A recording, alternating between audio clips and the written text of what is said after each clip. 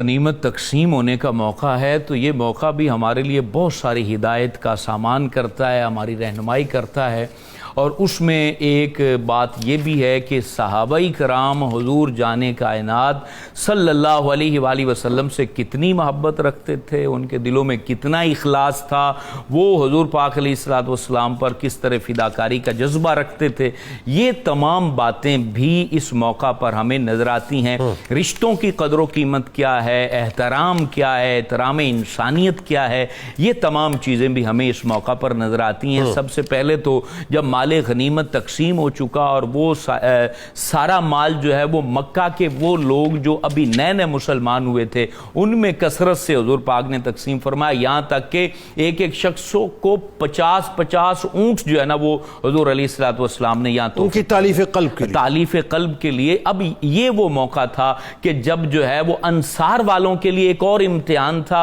और वो सहाबा जिन्होंने हुजूर अलैहिस्सलातु वस्सलाम पे सब कुछ फिदा किया है और हम जैसों को बताना था कि तुम जो है वो मोहतात रहना इनके बारे में बात करने से, इन्होंने बड़ी कुर्बानियां दी हैं और ये हुजूर अलैहिस्सलातु वस्सलाम की निगाह के महबूब लोग हैं। अब किसी नौजवान के दिल में ये बात जब आई कि हमने तो बहुत लड़ाई की है, बड़ा साथ दिया है, तो हमें माले गनीमत में से हिस्सा नहीं मिला, तो ये बात हजरत साद बिन उबादा ने ताजदार कायनात अलैहिस्सलातु वस्सलाम की बारगाह में अर्ज की। वो सरदार थे अंसारियों के। तो हुजूर अलैहिस्सलातु वस्सलाम ने कहा अच्छा ये बात है। तो एक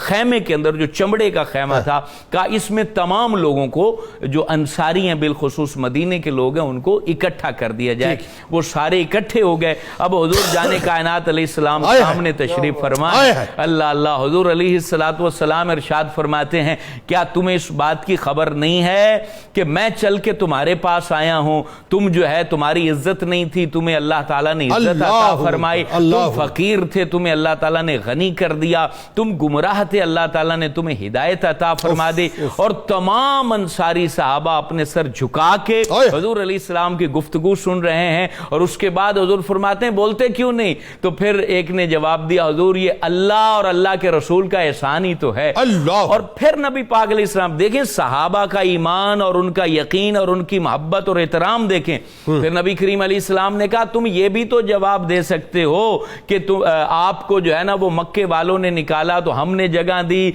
हमने आप पर माल लुटाया, हमने आप पे हुजूर कह रहे हैं कि तुम ये भी तो कह सकते हो ना, कहते क्यों नहीं हो? सारे खामोशी से सर झुकाए खड़े रहे और उसके बाद जवाब क्या दिया हुजूर ये भी अल्लाह और रसूल का एहसान है, आपकी मेहरबानी है कि आप हमारे दरमियान आए और हुजूर फखरे आलम। ये देखें ये चीजें हैं सहाबा इकराम की, इन जैसा कौन हो सकता है? वो शख्स के जो है ना लाखों रुपए माल लेके इन पे कदगन लगाए वो कैसे सच्चा हो सकता है? ये सच्चे थे, सच्चे नबी के सच्चे सहाबा थे और इन्होंने बड़ी कुर्बानियां दी। और फिर कमाल जुमला हुजूर फखरे आलम अलैहिस्सलातु वस्सलाम ने फरमाया, कहा कि ए मदीने के लोगों क्या तुम इस बात पे राजी नहीं हो इनको माले गनीमत मिला है, तुम्हें रसूलुल्लाह मिल जाए। और फिर जो है हुजूर पाक,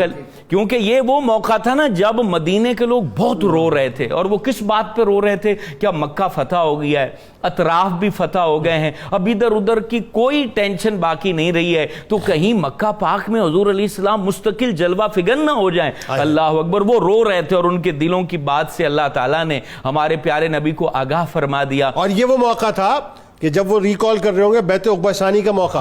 जब उन्होंने इंडोर्स किया था या रसूल अल्लाह हम तो जाने दे देंगे, आप हमें छोड़ेंगे तो नहीं, यानी वो मोहब्बत उस वक्त उनको जो याद आ रही है। अब यहाँ रसूलुल्लाह सल्लल्लाहु अलैहि वसल्लम ने फिर वही बात कही कि मेरा जीना भी तुम्हारे साथ है और हमारा विसाल करना भी तुम्हारे साथ है, मैं तुम्हारे साथ ही रहूंगा। और फिर इसी मौका पर एक रिश्तों की कदर कीमत क्या होती है, अहम तरीन मौका है, जंग से अभी फरी हुए हैं और फिर जिन्होंने तलवारें सौंती हैं, जिन्होंने नेज़े चलाए हैं, तीर चलाए हैं, वही कैदी बन के आए हुए हैं। और उन्हीं में जो है ना वो बनु साद कबीले की वो खातून जिनका नाम हजरत शैमा या शीमा है, वो आपकी रिजाई बहन है, उन्होंने जो है ना वहां मुसलमान मुजाहिदीन को कहा कि मैं रसूलुल्लाह की बहन हूं, मुझे मिलने दीजिए। और बड़ी जो है ना वो कदर के साथ और बड़े मान के साथ उन्होंने जब ये कहा तो सहाबा ने रास्ता दे दिया और उस मान का एहतराम फिर रसूलुल्लाह ने क्या खूब किया। आज तो सगी बहनें तड़पती रहती हैं, बिलखती रहती हैं और जो है ना वो बड़े बड़े بڑے خرچے کرنے والے لوگ اپنے فنکشنوں پر اپنی بہنوں کا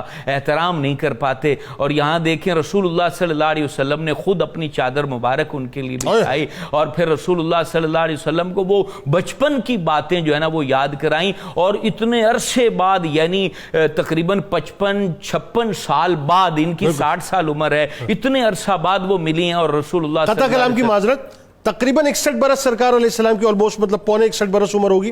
اور 5 برس وہ ویسے ہی مطلب سرکار سے عمر میں بڑی تھی، تو اس کا مطلب یہ ہو گیا 66 برس ان کی عمر تو اتنا اور بالکل بڑھاپے کے عالم میں اس وقت سے اب جا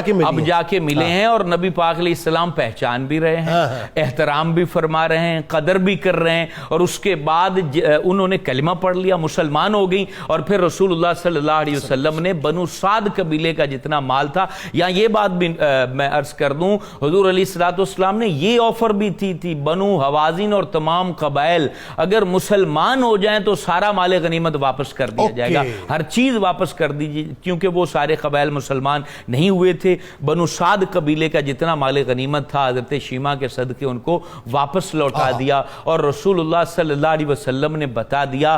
جنگ کی بھٹی گرم بھی ہو تو میں اگر رشتوں کا احترام کرتا ہوں تو تم ہلکی سی گرمی میں ان کو بھول جاتے ہو۔ کیا اچھا جملہ ہے بھائی۔